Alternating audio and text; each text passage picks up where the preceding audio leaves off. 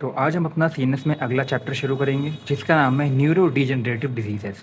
Neuro degenerative disease के मतलब ही समझ में आ रहा है कि न्यूरो डीजनरेटिव, इसका मतलब न्यूरॉन डीजनरेट होंगे, ऐसे डिजीज़ है। तो इसमें मेनली दो टाइप के डिजीज़ आते हैं जिसका नाम है अल्जाइमर और पार्किंसनिज्म। इन दोनों में क्या होता है, एज के साथ कुछ न्यूरॉन मर जाते हैं या डीजनरेट हो जाते हैं पर नए नहीं बन पाते। ठीक है। अब अल्जाइमर और पार्किंसोनिया में क्लासिकल डिफरेंस क्या है। अल्जाइमर ए से अल्जाइमर, ए से एसिटाइलकोलिन। तो अल्जाइमर में एसिटाइलकोलिन की डिफिशियंसी होती है और पार्किंसोनिज्म में डोपामीन की डिफिशियंसी होती है। कैसे? क्योंकि कुछ डोपामिनर्जिक न्यूरॉन्स जो डोपामीन प्रोड्यूस करते हैं वो डिस्ट्रॉय हो जाते हैं और इसमें कुछ एड्रेनर्जिक न्यूरॉन डिस्ट्रॉय हो जाते हैं। ठीक है। अब ब्रेन में नॉर्मली एसिटाइलकोलिन और डोपामीन इनवर्सली प्रोपोर्शनल होते हैं। इसका मतलब नॉर्मली अगर ब्रेन में एसीएच बढ़ता है तो डोपामीन कम होता है, अगर ब्रेन में एसीएच घटता है तो डोपामीन बढ़ता है। नॉर्मली ये दोनों इनवर्सली प्रोपोर्शनल होते हैं। ठीक। अब यहाँ पे ये मत सोचना कि दोनों कैसे घट रहे हैं, ये अलग अलग बीमारियां हैं। जैसे अल्जाइमर में एसीएच घट रहा है बस, इसमें डोपामीन कुछ नहीं हो रहा है, डोपामीन का कोई रिलेशन नहीं है इसमें। पार्किंसोनिज्म में डोपामीन घट रहा है बस। तो एसिटाइलकोलिन घटता है तो इसमें लॉस ऑफ मेमोरी होती है और इसमें जब डोपामिन घटता है तो इसमें ट्रेमर्स आते हैं। ठीक। अब देखते हैं अल्जाइमर के बारे में डिटेल में पढ़ते हैं। अल्जाइमर में क्योंकि हमारा एसिटाइलकोलिन घट रहा है बेसल न्यूक्लियस ऑफ मेनर्ट में, हमने वहाँ भी पढ़ा था, एड्रेनर्जिक सिस्टम में भी पढ़ा था, एएनएस में। तो इसका सिंपल सा नॉर्मल सा ट्रीटमेंट क्या है कि जो कम हो रहा है उसको बढ़ा दो। उसको बढ़ाने के लिए क्या करोगे कि उसको डिस्ट्रॉय करने वाला जो एंजाइम होता है साइनेप्टिक क्लेफ्ट ने, उसको इनिबिट कर दो। तो एसिटाइलकोलिन ईस्टरेज के इनिबिटर देते हैं हम लोग, जिसका निमोनिक है doctor Goga drugs, DRG, doctor Goga drugs. जिसमें सबसे फेमस है तुम्हारा रिवास्टिगमिन, डोनेप्रेजिल, रिवास्टिगमिन और गैलेंटामिन। ठीक है। डोनेप्रेजिल, रिवास्टिगमिन और गैलेंटामिन। फिर हम यहाँ पे हम लोग एक और ड्रग देते हैं जिसका नाम है मेमेंटीन। मेमेंटीन, मैम नाम से समझ में आ रहा है कि मेमोरी से इसका रिलेशन है। तो मेमेंटीन क्या करता है, अब यहाँ पे देखो लॉस ऑफ मेमोरी हो रही है तो मेमेंटीन क्या करेगा, मेमोरी को बढ़ाएगा। ठीक है। ये मॉडरेट टू सीवियर अल्जाइमर में हम लोग दे सकते हैं, ये एक NMDA ब्लॉकर होता है। ठीक है। कि अल्जाइमर का जो अंडरलाइन कॉज होता है वो होता है ए बीटा एमाइलॉइड। ए बीटा एमाइलॉइड बढ़ जाता है ब्रेन में, जो क्या करता है न्यूरॉन को डिस्ट्रॉय कर देता है और जिसकी वजह से तुम्हें अल्जाइमर हो जाता है और ACH की कमी हो जाती है। तो इसमें तुम क्या करोगे, ए बीटा एमाइलॉइड के अगेंस्ट एक एंटीबॉडी दे दोगे जो उसके अगेंस्ट एकदम टारगेटेड है। तो ऐसे टारगेटेड एंटीबॉडीज को हम लोग क्या कहते हैं, मोनोक्लोनल एंटीबॉडीज। उसका एग्जाम्पल है एड्यूकैन्युमैब, ये भी देते हैं अल्जाइमर में। अब एक और डिजीज़ के बारे में थोड़ा सा देख लेते हैं जिसका नाम है मल्टीपल स्क्लेरोसिस। ये थोड़ी अलग है, जैसे हमने अभी अल्जाइमर और क्या कहते हैं पार्किंसोनिज्म की बात की थी, लेकिन एक बार ये भी देख लेते हैं क्योंकि ये भी थोड़ा बहुत सिमिलर ही होता है। यहाँ भी हम लोग मोनोक्लोनल एंटीबॉडीज़ देते हैं ट्रीटमेंट के लिए। तो इसमें क्या होता है, ये एक प्रकार का डीमाइलिनेटिंग डिजीज़ है। इसमें क्या होता है कि तुम्हारे जो न्यूरॉन के आसपास जो माइलिन शीट होती है, माइलिन, वो डिस्ट्रॉय हो जाती है। तो इसके अक्यूट सिम्टम आने पर तो तुम स्टेरॉइड्स दोगे, लेकिन डिजीज़ को ट्रीट करने के लिए हम लोग मोनोक्लोनल एंटीबॉडीज़ देते हैं। तो ये दो टाइप के होते हैं, मल्टीपल स्क्लेरोसिस दो टाइप का होता है, RRMS और PPMS। PPMS मतलब primary progressive multiple sclerosis relapsing repeating multiple sclerosis. RR relapsing repeating और ये प्राइमरी प्रोग्रेसिव। नाम से समझ में आ रहा है कि ये प्राइमरी डिजीज़ है जो प्रोग्रेस हो रही है, धीमे धीमे इसके सिम्टम्स बढ़ रहे हैं, और ये रिलैप्स के वक्त है, मतलब कि डिजीज़ तुम्हारी ठीक हो चुकी है लेकिन बाद में तुमको रिलैप्स हो रहा है और डिजीज़ रिपीट हो रही है। ठीक है। तो इसमें ड्रग ऑफ चॉइस तुम्हारा क्या होता है, बीटा इंटरफेरॉन, नेटेलिजुमैब, सिपोनिमॉड और ग्लैटिनमेब। और इसमें PPMS मतलब ड्रग ऑफ चॉइस क्या होता है, ओक्रेलिजुमैब। ठीक है। ये मोनोक्लोनल एंटीबॉडी है CD20 के अगेंस्ट। तो अब हम लोग अगली डिजीज़ के बारे में देखते हैं जिसका नाम है पार्किंसोनिज्म। पार्किंसोनिज्म में क्या होता है, डोपामिन की डिफिशियंसी हो जाती है क्योंकि डोपामिनर्जिक न्यूरॉन्स डिस्ट्रॉय हो जाते हैं। तो इसके क्लासिक सिम्टम्स क्या हैं, ट्रेमर्स, रिजिडिटी और ब्रेडिकाइनेजिया और एकाथेशिया भी होता है इसमें। तो ये सब इसके क्लासिकल सिम्टम्स हैं। अब देखो जैसा मैंने पहले बताया था कि बॉडी में डोपामिन और एसिटाइलकोलिन बैलेंस पे चलते हैं। मान लो ये 100 है तो ये भी 100 है। ठीक है। अब अगर मान लो पार्किंसोनिज्म में किसी वजह से तुम्हारा डोपामिन घट के 100 से 50 हो गया, तो इसका पहला ट्रीटमेंट तो ये है कि जो कम हुआ है उसको वापस बढ़ा दो। नॉर्मली तुम ये करोगे कि अगर ये 50 हो गया इसको बढ़ा के 100 कर दो। अगर ये किसी वजह से या किसी रीज़न की वजह से तुम इसको 100 नहीं कर पा रहे हो, इसको बढ़ा नहीं पा रहे हो, तो तुम एक और चीज़ कर सकते हो कि जो इम्बैलेंस क्रिएट हुआ है इसके 100 के 50 के बीच में, इसको ट्रीट करने के लिए तुम इसको 100 से 50 कर दो। मतलब ऐसे ड्रग्स दे दो जो ACH को कम करके 50 कर दें, और फिर ये फिर से बैलेंस हो जाएगा और तुम्हारा पार्किंसोनिज्म के सिम्टम्स ट्रीट हो जाएंगे। ठीक है। तो ये तो हम लोग बाद में करेंगे, पहले हम लोग इसके प्राइमरी ट्रीटमेंट देखते हैं। तो प्राइमरी ट्रीटमेंट क्या करेंगे, हम लोग डोपामिन को बढ़ाएंगे। तो डोपामिन बढ़ाने के लिए क्या करोगे, तो जैसे मान लो ये तुम्हारा प्री साइनेटिक मेम्ब्रेन है, ये तुम्हारा पोस्ट साइनेटिक न्यूरॉन है। तो पहले देखते हैं डोपामिन बनता कैसे है। तो सबसे पहले शुरुआत होती है टायरोसिन से। टायरोसिन न्यूरॉन के अंदर जाता है, वो कन्वर्ट होता है डोपा में। डोपा कन्वर्ट होता है डोपामीन में, फिर ये डोपामीन वेसाइकल के अंदर जाता है और उसके बाद ये वेसाइकल से बाहर निकल के अपने रिसेप्टर्स पे ऐड करता है। ये जैसे वेसाइकल से बाहर निकलता है इस पे एक एंजाइम ऐड करता है माओ या फिर COMT, जो इसको डिग्रेड कर देता है। ठीक है, तो अब डोपामीन को साइनेप्टिक क्लेफ्ट में बढ़ाने के क्या क्या तरीके हैं। पहला तरीका कि डोपा बढ़ा दो, ठीक है। दूसरा तरीका कि डोपामीन को वेसाइकल में से ज़्यादा रिलीज करवाओ।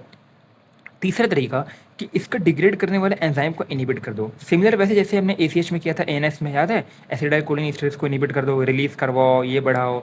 और फिर लास्ट तरीका कि सीधा इसके रिसेप्टर को ही स्टिमुलेट कर दो, जिसको ये स्टिमुलेट कर रहा है, तभी एफेक्ट्स वहीं आएंगे। ठीक है, तो हम लोग पहला तरीका देखते हैं कि डोपामीन बढ़ाओ। सबसे पहले तो डोपामीन बढ़ाने का तरीका होता है, एक ड्रग होती है, इसको नाम है लीवोडोपा।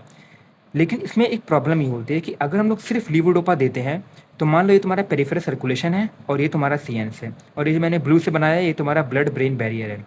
तो ये जो L-डोपा मान लो तुम्हारे पेरिफेरल सर्कुलेशन में आया, तुमने 100 लीवोडोपा दिए, इन 100 लीवोडोपा में से सिर्फ एक लीवोडोपा ही ऐसा होता है जो ब्लड ब्रेन बैरियर को क्रॉस करके जा पाता है ब्रेन में। बाकी लगभग 99 जो लीवोडोपा होते हैं वो एक एंजाइम जिसका नाम है डोपामीन डी कार्बोक्सिलेज, इसके द्वारा तोड़ दिए जाते हैं और L-डोपा कन्वर्ट हो जाता है नॉर्मल डोपामीन में, और फिर ये डोपामीन पेरिफेरल बॉडी में अपने एफेक्ट्स दिखाता है, ना कि ब्रेन में जाता है ये। तो पेरिफेरल बॉडी में इसके एफेक्ट्स क्या आएंगे, ये वोमिटिंग सेंटर को स्टिमुलेट करेगा, CTZ को, ठीक है, D1 को स्टिमुलेट करेगा जिससे BP कम होगा, β1 को स्टिमुलेट करेगा हार्ट रेट बढ़ेगा, और α1 को स्टिमुलेट करेगा जिससे BP इंक्रीज होगा। तो बॉडी में इम्बैलेंस क्रिएट कर देता है ये पेरिफेरल डोपामीन, और इसमें से सिर्फ एक L-डोपा जा पाता है तुम्हारे ब्रेन में, जो कन्वर्ट होता है फिर ब्रेन में डोपामीन में, और इसके इफेक्ट आते हैं। तो सिर्फ लीवोडोपा इतने इफेक्टिव नहीं होती है। तो साथ में हम लोग लीवोडोपा के एक और ड्रग देते हैं जिसका नाम होता है कार्बिडोपा या फिर बेंजेराजाइड। इसमें सबसे फेमस कार्बिडोपा ही है। कार्बिडोपा क्या करता है कि ये पेरिफेरल डोपा डी कार्बोक्सिलेज को इनिबिट कर देता है, मतलब कि कार्बिडोपा आके एस एंजाइम को इनिबिट कर देगा, सिर्फ पेरिफेरल वाला, ये जो ब्रेन में DD इसको इनिबिट नहीं करेगा, सिर्फ पेरिफेरल वाले DD को इनिबिट कर देगा। तो इससे L-डोपा डोपामीन कन्वर्ट हो ही नहीं पाएगा, तो धीमे धीमे ही सही टाइम के साथ सही L-डोपा धीमे धीमे सारा तुम्हारे ब्रेन में पहुंच जाएगा।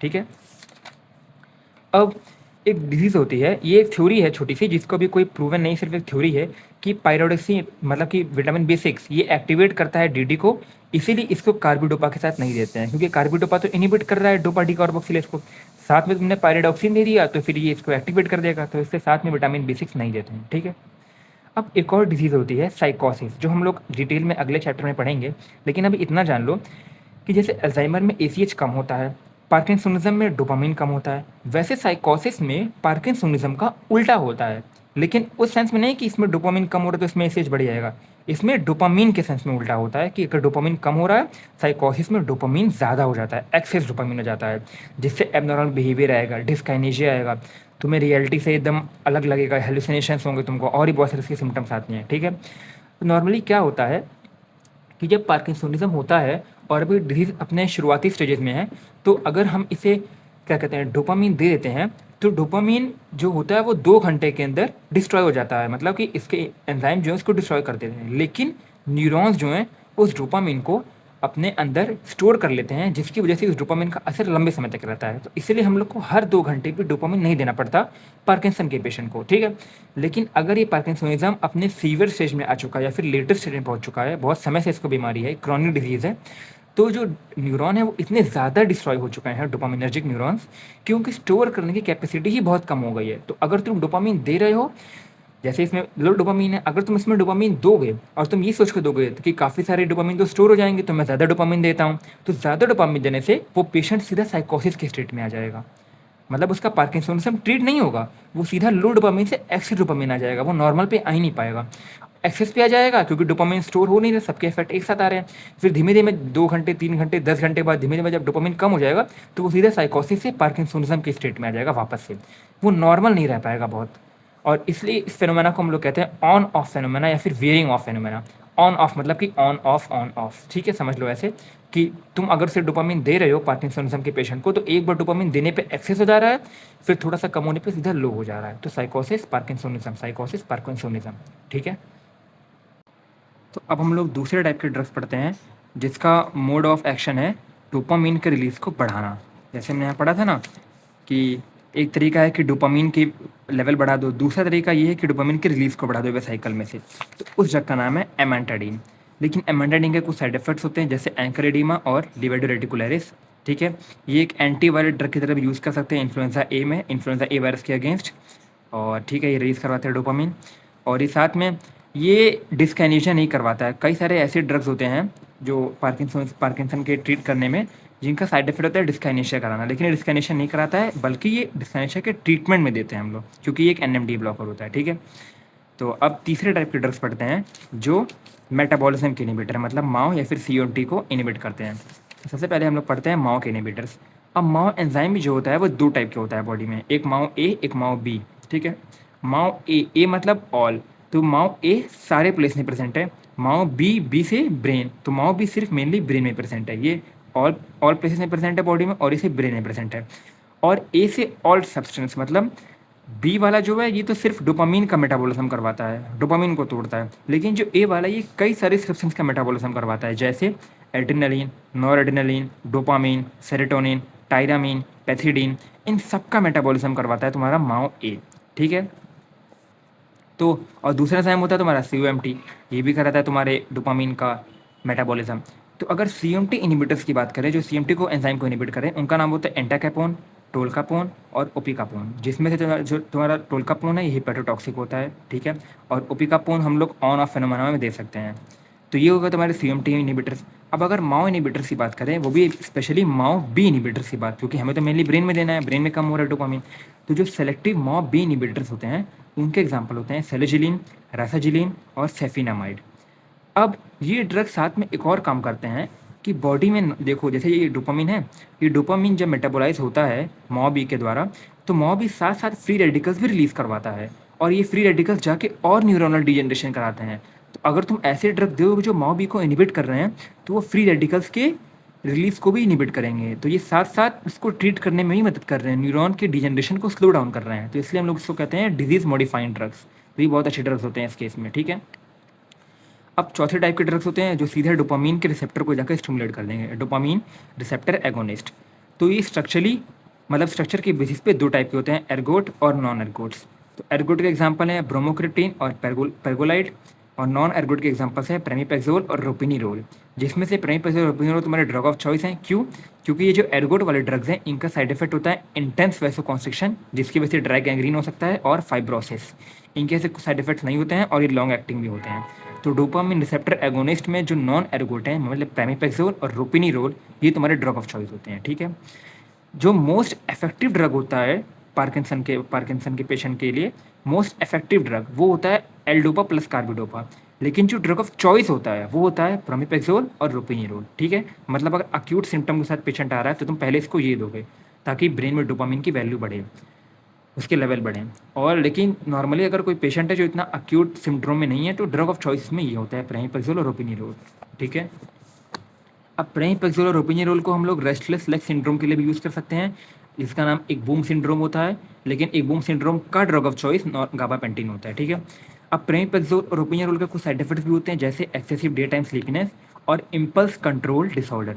इसका मतलब जो पेशेंट होता है अपने इम्पल्स पे कंट्रोल नहीं कर पाता है, मतलब उसे कुछ करने का इम्पल्स आ रहा है, वो अंदर से कहते हैं ना गट फीलिंग टाइप आ रही है, तो उसे वो रोक नहीं पाता है, उसे वो कर देता है। जैसे कंपल्सिव शॉपिंग, शॉपिंग करने का कंपल्शन हो चुका है। पैथोलॉजिकल गैम्बलिंग, गैम्बलिंग कर देता है, वो इधर उधर पैसे उड़ा देता है। ठीक है। तो ये सब हो गए तुम्हारे नॉर्मली पार्किंसन के ट्रीटमेंट। अब एक और पार्किंसन का टाइप होता है जो होता है ड्रग इंड्यूस्ड पार्किंसोनिज्म, मतलब ड्रग की वजह से पार्किंसन हो गया है।